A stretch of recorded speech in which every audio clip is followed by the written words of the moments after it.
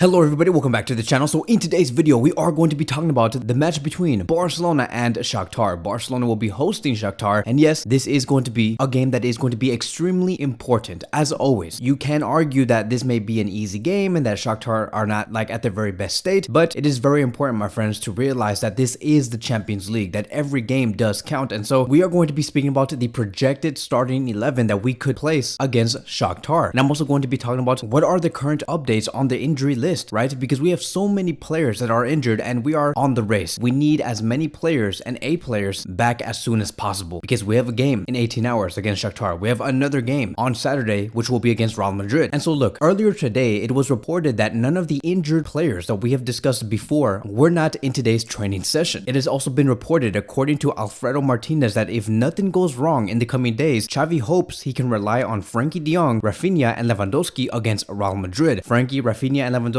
will not feature in the match against Shakhtar for sure. Not Pedri, not Kounde. The only player that has been able to come back has been Lamine Yamal and nothing more. So as for Pedri is not going to come back until November 4th. He will be out for the Clásico and he'll make it just in time for the match against Real Sociedad. I don't think that Pedri is going to go into that game and play a full 90-minute match. It's just not going to happen. We have to be much more cautious on how Pedri does get his minutes moving forward because the amount of injuries that Pedri has gone into has been just too much. I think that Xavi has only been able to use Pedri 40% of the time. The other 60% of these games that Xavi has coached, Pedri was not there on the squad list. And so it's a shame. And that is why I do say that once Pedri does return, we have to be much more cautious. We want him to be fully fit. I want to see the same Pedri in terms of consistency like the one that we saw under Ronald Koeman. Bring me that healthy Pedri into Xavi's Barcelona because I need to see Pedri become the best midfielder in the world. As for Kounde, he's not going to be coming back until like the middle of November. There is no specific date, but he's not going to be with us for the next, at the very least, 3 to 4 matches. So now that we do have that out the way, let's look at the squad list. And you can see that there are so many La Masia players. Isn't that crazy? Xavi has also stated this, and I quote, "We have always had many La Masia players in the first team. Today, there are 12 in the squad list, and that should be a source of pride for every Barcelona fan." Which is true. Like, look at the squad list. We have Asragala, Lamine Yamal, Casado, Fermin Lopez, Cubarsi, Garrido, Marc, the recent number 9 that just scored for us against Athletic Club, Alejandro Balde, and so forth, right? We just have so many academy players. And if you guys are wondering what happened to Xavi, well, Xavi is suspended because of the amount of yellow cards he has accumulated, which is okay. I understand why Xavi wanted to make that extra foul in the previous Champions League matches because he wanted to like restart his streak on total yellow cards. Because can you imagine if Xavi got suspended 2 games later and we're in the quarterfinals or the round of 16? We would need Xavi in those games. So it's good that Xavi has gotten this over with. Xavi has also stated that Xavi is suspended for tomorrow, and it is a big blow for us, but we'll see who can replace him. And so look, I have been dying to see Barcelona change their formation. I never really liked the 2-3-5 system. Yes, it does make Barcelona score much more goals, but it also makes us concede way more goals. At this rate that Barcelona is in, we're allowing about 1 goal per game. In the previous season, and with the defense that we had, we allowed like 0.2 goals per 90 minutes. And that is thanks to that infamous back line of Balde, Christensen, Araujo, and Kounde. And even if we had Kounde in this game and fully healthy, we still wouldn't even start the full Christensen, Araujo, Balde, and Kounde back line. We would have Cancelo back there. Now, I'm not trying to like put some harm against Cancelo's name because I think that Cancelo is one hell of a defender and one hell of a player in general. But I just feel like Barcelona as a collective perform much better when they are focused more defensively and rely on 1-0 wins or 2-0 wins instead of winning 3-2 or 4-3 or 2-1. And so many people have been wanting to see a different change. But Xavi Hernandez knows what we are talking about. And this is what Xavi had to say about the current formation and the current systems. I don't think that it is the right moment to change the system. We need to play the way we have always played in this season and just keep going with this, meaning that we are going to be seeing a 2-3-5 formation with 2 total center backs behind the 3-man midfield line. As for Marc, our new current young striker, Xavi also stated that with Marc, he made the list for the match against Shakhtar. We'll see if he can make his debut tomorrow in the Champions League, and I do think that it's going to be depending on whether Barcelona are winning 3-0 or 4-0. If we're winning like 3-0 or 4-0 by the 65th minute, expect to see Marc come into the game and maybe hopefully score a goal. If we're struggling and it's 1-1 or it's 2-1 or it's 1-0 and it's like the 85th minute, I don't see Marc coming on at all. So going based off what Xavi has been saying about the current youngsters and about the current system and what we're going to be doing against Shakhtar, this is going to be the predicted starting 11. Most likely, we will be seeing Ter Stegen in goal, Cancelo, Araujo, Christensen, and Alejandro Balde as our back line, with our midfield being Oriol Romeu, Gundogan, Fermin Lopez, who just renewed for another 4 to 5 years, and then we have our front 3 being Ferran Torres, Joao Felix, and Lamine Yamal. Now, three things that I do want to point out. Point number one, I hope that none of the defenders do get injured against Shakhtar. I really hope that does not happen, because now that I'm thinking about it, how are we going to line up against Real Madrid? Because if Araujo, for example, gets injured against Shakhtar, can you imagine the amount of chaos that is going to be coming right after? But assuming that Araujo is going to be fully healthy by the time we